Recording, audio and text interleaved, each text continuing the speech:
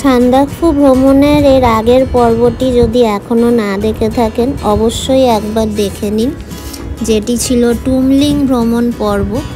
এবং টুমলিং থেকে আমরা পরের দিন বিকেল 4:30 নাগাদ রওনা দিই সান্দাকফুর উদ্দেশ্যে।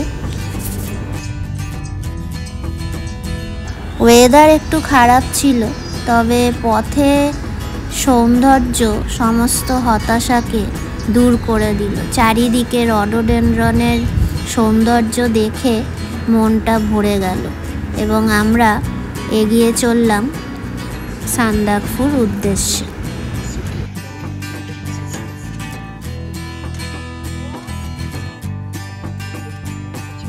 দেরি করে রওনা দেওয়ার কারণে আমাদের সান্দাকফু পৌঁছাতে অনেকটাই রাত হয়ে গেল এবং আমাদের প্রায় 8টা সাড়ে 8টা বেজে গেল সান্দাকফু ঢুকতে।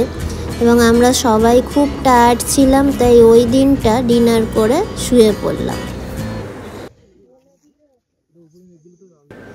সান্দাকফুতে আমরা উঠেছিলাম হোটেল সানরাইজে এবং এই হোটেল সানরাইজের ছাদ থেকে একদম কাঞ্চনজঙ্ঘার পুরো রেঞ্জটি সুদৃশ্যভাবে দেখা যায়।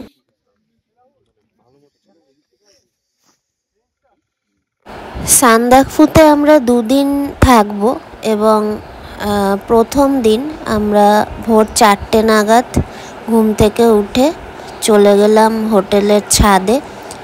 এবং ওয়েদার খুব একটা ভালো নয়, সেই জন্য পরিষ্কারভাবে আজকে ভিউ পাওয়া গেল না। দেখা যাক আগামীকাল কেমন ভিউ পাওয়া যায়। তবে ভোরবেলার এই পরিবেশ,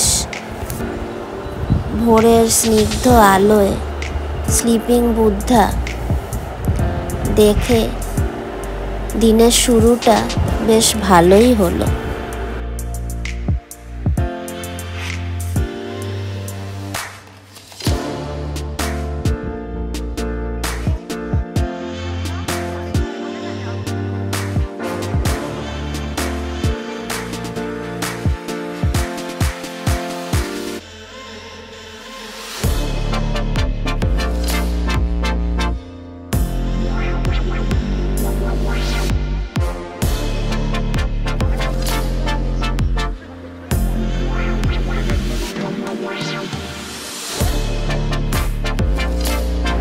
গতকাল রাতে বেশ বরফ পড়েছিল, তাই চারিদিকে বরফের আস্তরণ পেয়ে বাচ্চারা বরফ নিয়ে খেলাধুলা করে খুব মজায় সময়টা কাটাল।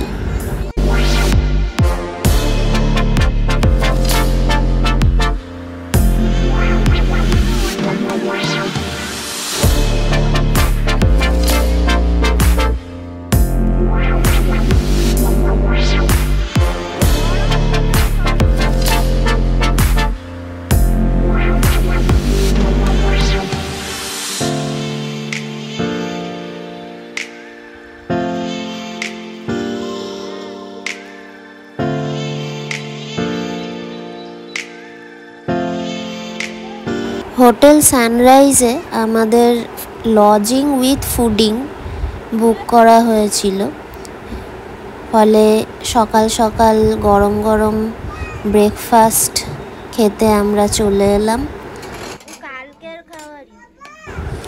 সকালের ব্রেকফাস্টটা দারুণ ছিল, তবে গতকাল রাতের ডিনার আমাদের খুব একটা টেস্টি লাগেনি। তাছাড়া আমরা সবাই খুব টায়ার্ড ছিলাম, ফলে ঠিকমতো খেতেও পারিনি। খাবারের টেস্ট মোটামুটি ভালো।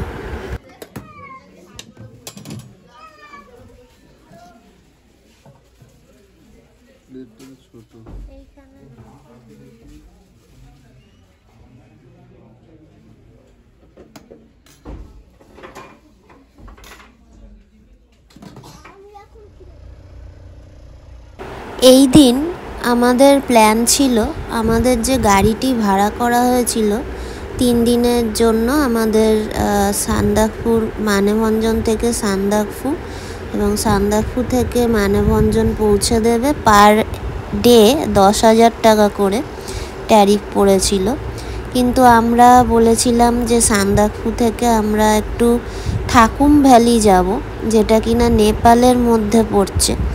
আজ থাকুম ভ্যালিতে ইয়াক ফেস্টিভ্যাল আছে, তাই আমরা বলেছিলাম যে আমরা থাকুম ভ্যালি যেতে চাই। ফলে সাইট সিনের মধ্যে আমরা ওটা এক্সট্রা করেছি দেখে আমাদের থেকে এক্সট্রা 2000 টাকা নেওয়া হয়েছে। Cruising down the highway, windows down low. Sunset paints the sky in a fiery glow. Mountains rise up, touching clouds above. রাস্তার কন্ডিশন খুবই খারাপ।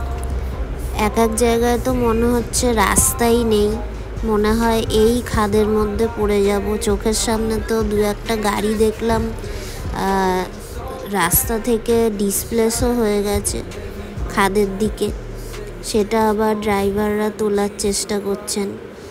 এবং যাই হোক, রাস্তার কন্ডিশন যা, তাতে খুব বয়স্ক এবং কোমরের প্রবলেম যাদের আছে তাদের মনে হয় না যাওয়াই ভালো।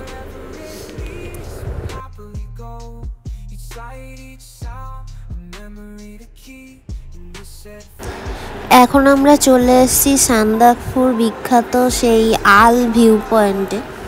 যদিও দিনের এই সময় আল থেকে ভালো ভিউ পাওয়া সম্ভব না, তাছাড়া ওয়েদারও খুব একটা ভালো ছিল না, চারিদিক মেঘাচ্ছন্ন। আমাদের ইচ্ছা আছে থাকুম ভ্যালি থেকে ফিরে সানসেটটা আমরা আল থেকে দেখব। আলের ভিউ পয়েন্টটা অ্যাকচুয়ালি সানরাইজ অথবা সানসেট দেখার জন্যই আমরা দিনের একটা মাঝামাঝি সময় এসছি, ফলে চারিদিক মেঘে ঢেকে রয়েছে। দেখা যাক সানসেটে কি ভিউ পাওয়া যায়।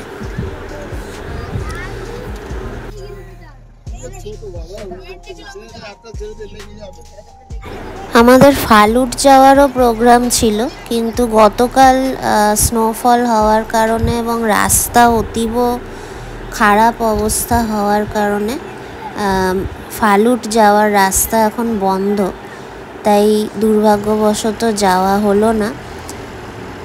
তাই আমরা ধীরে ধীরে এগিয়ে চললাম থাকুম ভ্যালির উদ্দেশ্যে।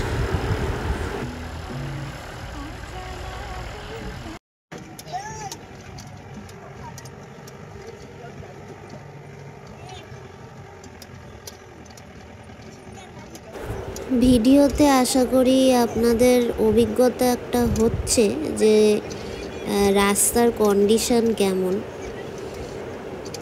আর আমরা তো গাড়ি করে যাচ্ছি, আমাদের অনুভূতিটা আরও বিশেষ।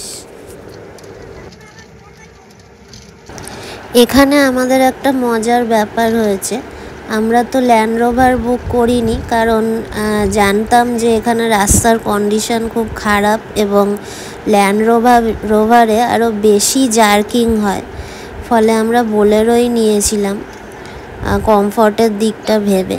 তবে একটা বোলেরো হঠাৎ খারাপ হয়ে যাওয়ায় ওনারা একটা ল্যান্ড রোভার দেন, এবং বাচ্চাদের খুব ইচ্ছা ছিল ল্যান্ড রোভারে চড়ার, এবং ওদের সেই ইচ্ছাটা পূরণ হয়ে গেল এবং ওরা খুব মজাও করেছে।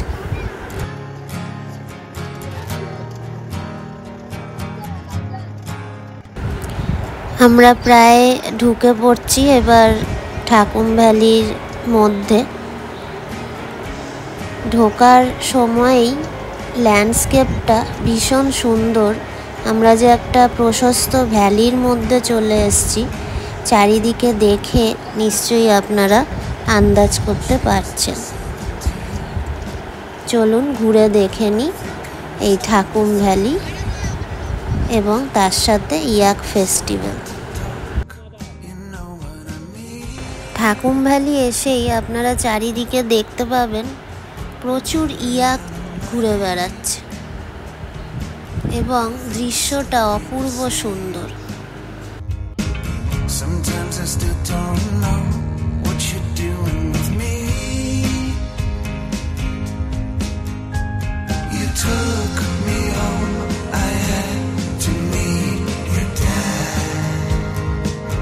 ইয়াক ফেস্টিভ্যালে এখানে কিছু দোকানপাট দেখা যাচ্ছে এবং কিছু ম্যাক্সিমামই সব খাওয়ার জিনিস বিক্রি হচ্ছে।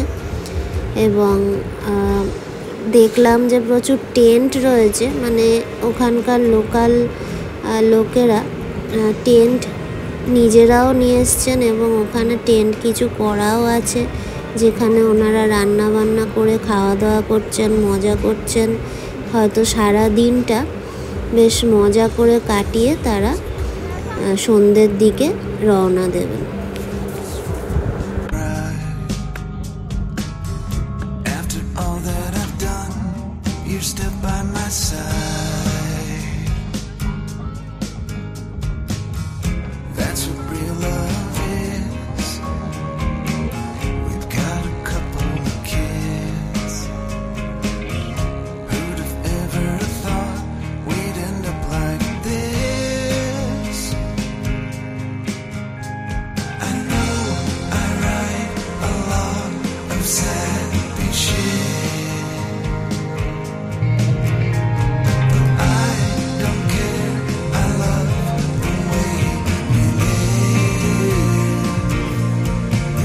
এই বিশেষ জিনিসটা সব দোকানেই দেখছি ঝোলানো, তা জিজ্ঞেস করে দেখাতে তারা বললেন যে এগুলো হচ্ছে ইয়াকের দুধ থেকে তৈরি চিজ।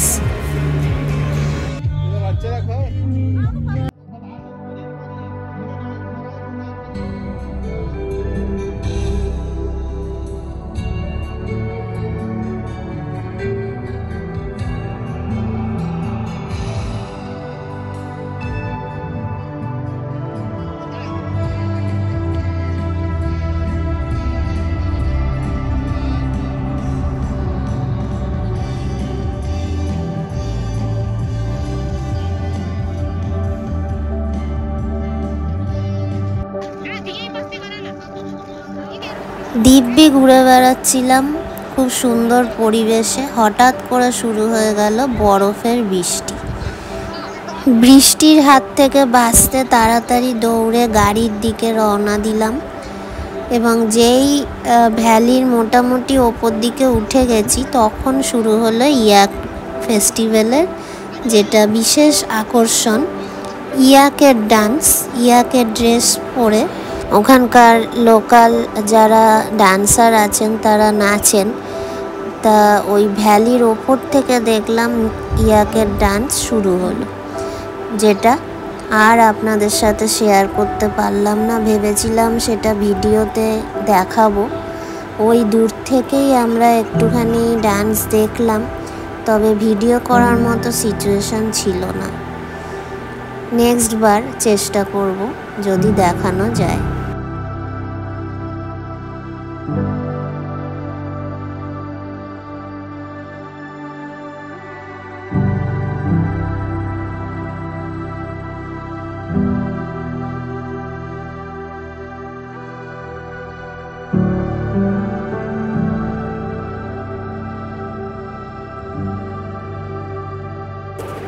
তবে এই বরফের বৃষ্টির অনুভূতিটা অসাধারণ ছিল।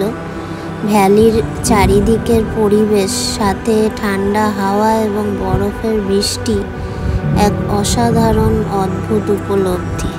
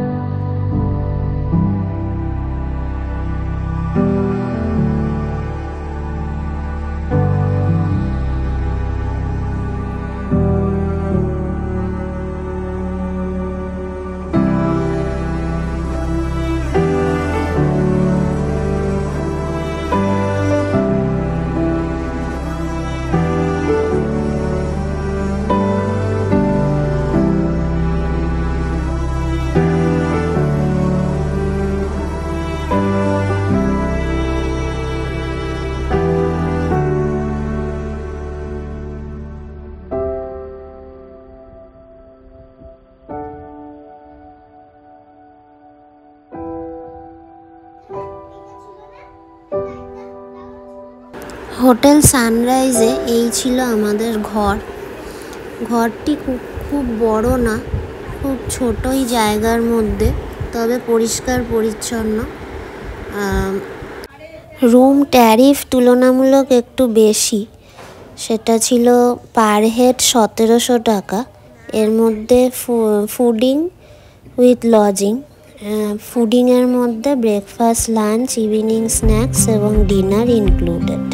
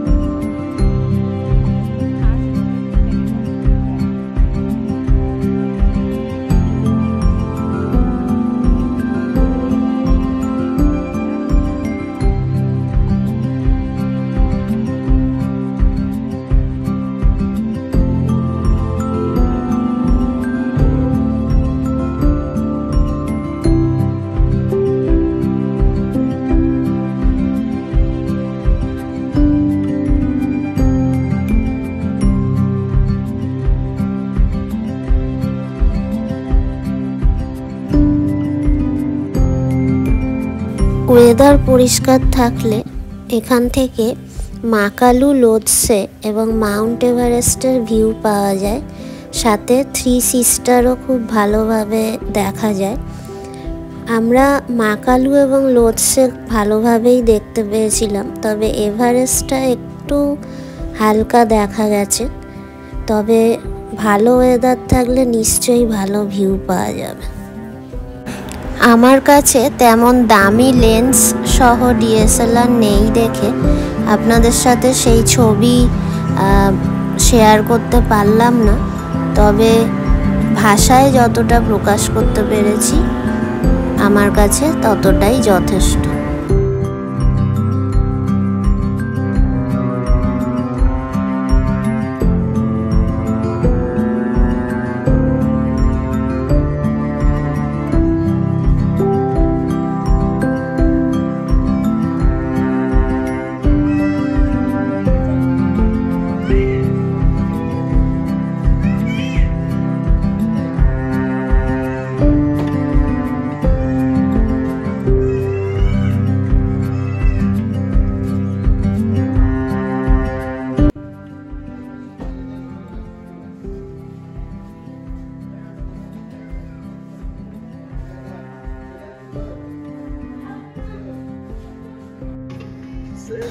প্ল্যান অনুযায়ী ব্রেকফাস্ট করে আমরা বেরিয়ে পড়লাম আমাদের গন্তব্য। এবার ফিরে যাওয়ার পালা।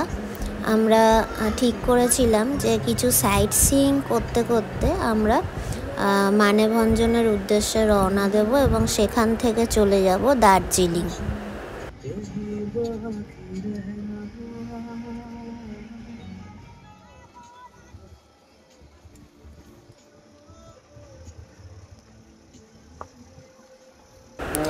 পথে পাহাড়ের গায়ে রডোডেনড্রনের বাহার মন ছুঁয়ে গেল, তাই কিছুক্ষণ নেবে সেই সৌন্দর্য উপভোগ করতে আমরা এক মুহূর্তও নষ্ট করিনি।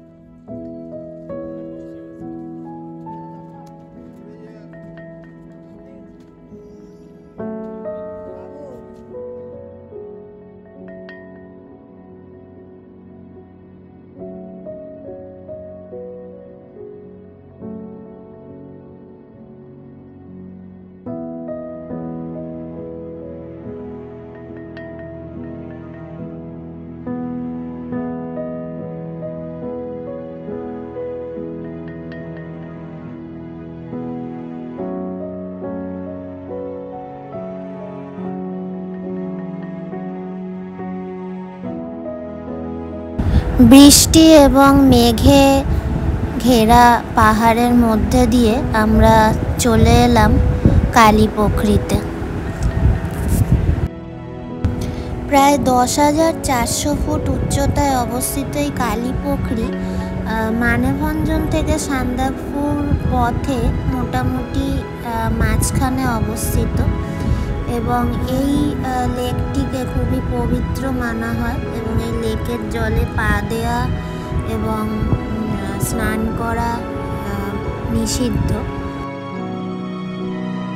স্থানীয় বিশ্বাস অনুযায়ী এই লেকটি নাকি ভগবান শিবের ডান পায়ের চিহ্ন এবং এখানেই এই কালীপুখুরি অর্থাৎ কালো জলের এই লেকটি সৃষ্টি হয়েছে।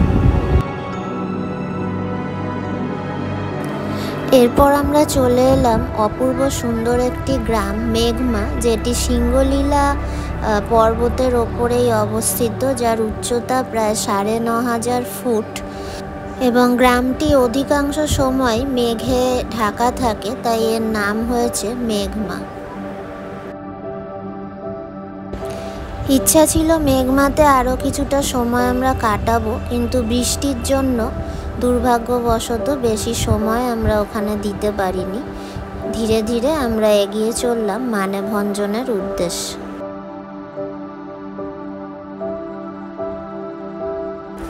সান্দাকফু ভ্রমণের এই পর্বটি আমি এখানেই শেষ করলাম। দেখা হবে পরবর্তী ভিডিওতে দার্জিলিংয়ের কিছু অন্যরকম অভিজ্ঞতা নিয়ে। ভিডিওটি কেমন লাগলো অবশ্যই কমেন্ট করে জানাবেন এবং বন্ধুদের সাথে শেয়ার করতে ভুলবেন না।